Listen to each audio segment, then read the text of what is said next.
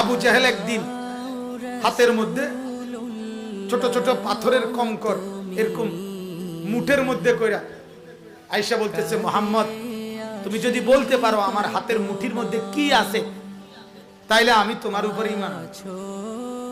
আল্লাহ নবী সাল্লাল্লাহু আলাইহি ওয়াসাল্লাম বললেন, চাচা আমি না বলে আপনার হাতের মুঠের মধ্যে যাই থাকুক ওইটা যদি বলে আমি আল্লাহর নবী তাইলে ঈমান আনবেন। আবু জেহেল তো বলল, মুহাম্মদ এটা তো আরো আশ্চর্য।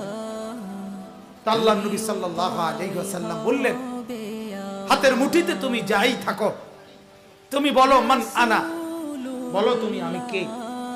পাথরের কঙ্কর থেকে আল্লাহর কুদরতে আওয়াজ বের হয়েছে।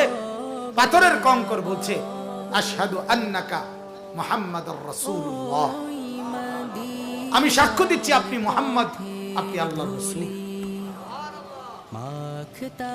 পাথরের কঙ্কর, এটা মুজিজা, নবী সাল্লাল্লাহু আলাইহি ওয়াসাল্লামের মুজিজা।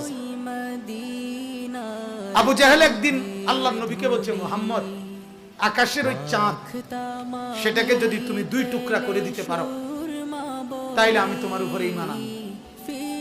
আল্লাহর নবী সাল্লাল্লাহু আলাইহি সাল্লাম হাতের ইশারা করলেন, তো চাঁদ সাথে সাথে দুই ভাগ হয়ে গেল। सारी दुनिया चांद की तरफ देखती है और चांद मेरी मुस्तफा की तरफ देखती है।